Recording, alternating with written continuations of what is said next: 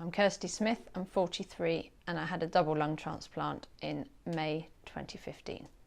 I was diagnosed with pulmonary hypertension in 2000 and 2001, so I actually had the diagnosis in January 2001, but the build-up started in 2000. And then I had the transplant 15 years later, in 2015. I got to the point before the transplant that I'd gone downhill badly, you know, very quickly as well. From September of that previous year, of the end of 2014, I'd got, just suddenly every month it got worse and worse and worse, to the point where everything I did was a struggle. I still managed to do everything. I wasn't the right colour. I was certainly a very bad bluey purpley colour, lips, everything, all my ends of my body and fingers and everything were very funny colour. And it was a struggle, you know. I remember having to try and cover my face up with makeup to try and make me look not so bad. My eyesight was going. I knew that I was sort of going blind. I had glasses and I'd never worn glasses in my life, so everything was failing really. And I did keep going. I had the horses, and they make you have to keep going. You have to get out of bed, and like everybody has a daily life, they have to do things, and I did that, but nothing was very easy, no. And it was getting worse every day. I could feel it was. And then you worry so much that you're not going to get the transplant and it's going to be too late.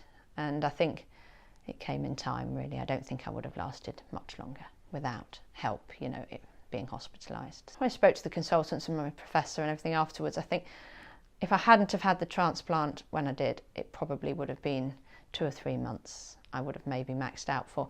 I think they bridge you. They can bridge you for so long, you know, and machines, and it would have been hospitalisation, I think, much after that. It was funny that I could still do so much, well, in relative terms, you know, considering how bad I was. But I think that was going to start changing. You know, I think I was really going to be struggling. You always have this inquisition, of course. You want to know where the organs came from. And I remember asking, you know, who did they come from? And all I was told was that, and that's all they can tell you, is that she was 50, a lady who was 50 who donated all her organs. She saved 5 people's lives, so that's all I know about her. The choice she made to donate those organs was the most unselfish thing anybody could do, and to give 5 more people the opportunity of life, be it children, you know, adults, even older people may have benefited from it, you know, that to carry on their lives is just, you can't even thank anybody enough for it. It's an unselfish thing to do, and she did it because she obviously felt that was right for her, and that's what she wanted. And to be able to say thank you would be amazing, but that's never going to happen. I didn't think I would really see the next year, if I'm honest. And you know, I haven't got children of my own. I never could have them, but I'm with Tim now, and we have 2. You know, he has 2 children, which I class as my own almost now, and we have horses and race them, and I wouldn't be doing any of this now. I wouldn't have the friends and the lives and the holidays I have, and just the work. And you know, you have a transplant to be able to continue life. And you know, I get up in the morning every day. I mean, I'm an early riser at 5. We work all day. We're on a farm, and I can do that. You know, I couldn't do any of it if I'd not had this transplant. I probably wouldn't even be here. So it means everything to me, you know, and hopefully there'll be many more years like this, but it's not an easy ride.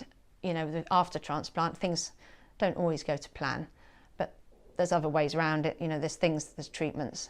I've been through a lot, and you come out, and again, you can carry on, you know. And yes, without her donation of those organs, I wouldn't be living a life today that is so enjoyable and so full, really, you know, work-wise and pleasure. It's so important for people to sign up to the organ donation register, because there's people out there that are desperate for organs, and they are young. A lot of them are young. A lot of them are talented people. A lot of them are old people. It doesn't matter what sort of person's out there that needs these organs. But why should we throw these organs away? And why should they be buried or cremated with the body? You know, it's something that we need in all ways of life. Everybody needs to have a hope of a life. And if you were in the situation of needing an organ, you would hopefully take it. You know, you wouldn't turn that down. So really, that's why everybody needs to donate organs, because someday anybody in your family might need an organ. You know, I didn't know I was going to need double lungs when I was 25. It's incredibly important for people to talk to their families, because they have a wish to donate their organs, and then the family can overturn that. And you can understand why families do that emotionally, the trauma at the time. Nobody's thinking straight. Nobody, everybody's so struck with grief, and nobody can cope with the fact that they're going to have these organs removed from their loved one. And I understand that. I can see, if that happened to me, I'm sure I'd be very similar, but I think it has to be talked about. The person who wants to donate has to tell their family, this is what I want, this is my wish. If anything horrendous happens to me and the organs can be saved to help others, this is what I want. I'm an organ donor, please don't override it. And that's what I think needs to happen, the talking, and everybody has to discuss, because it does happen. So my advice for someone who's just been diagnosed with PH, who, they will say that transplant's an option, in the long run, maybe not straight away, is, I think, fitness for me. Mental attitude had to be there, I think. I fought my way through that condition, and I knew I wasn't going to be told I couldn't do this, I couldn't do that. And I went and did it, and maybe pushed myself a bit too far at times. But, if I wanted to go on that dog walk or ride that horse, I would do it. And within 5 or so minutes of feeling breathless, I would go through that barrier, which sort of meant you could keep going a bit further. And I think doing that, forcing myself to go through that breathlessness to start with, meant I could carry on, and meant my heart was strong enough to cope with the condition, which gave me 15 years before transplant. And of course, every year you have with your organs is better, really. Yes, you want transplant. We all wanted a cure, to be rid of this condition.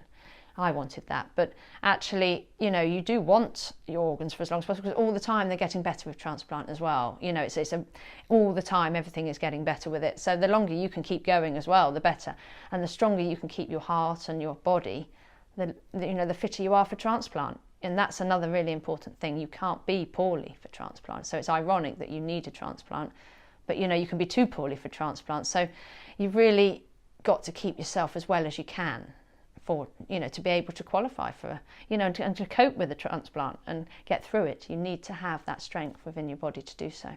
And I think, keeping fit, even if it's a walk every day, even if it's some form of exercise every day, try and do it. Keep your heart strong to cope with the condition that you're under and the stress that it's under.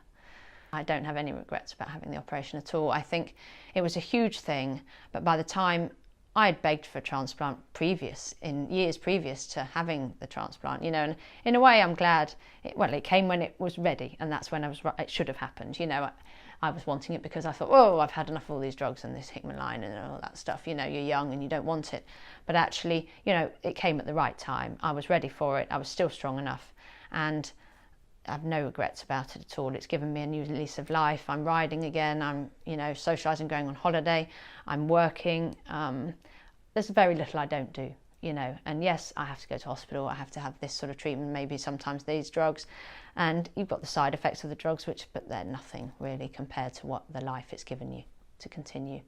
And we've see family grow, and, and that's what's important. And to me, I would never regret anything about it, no.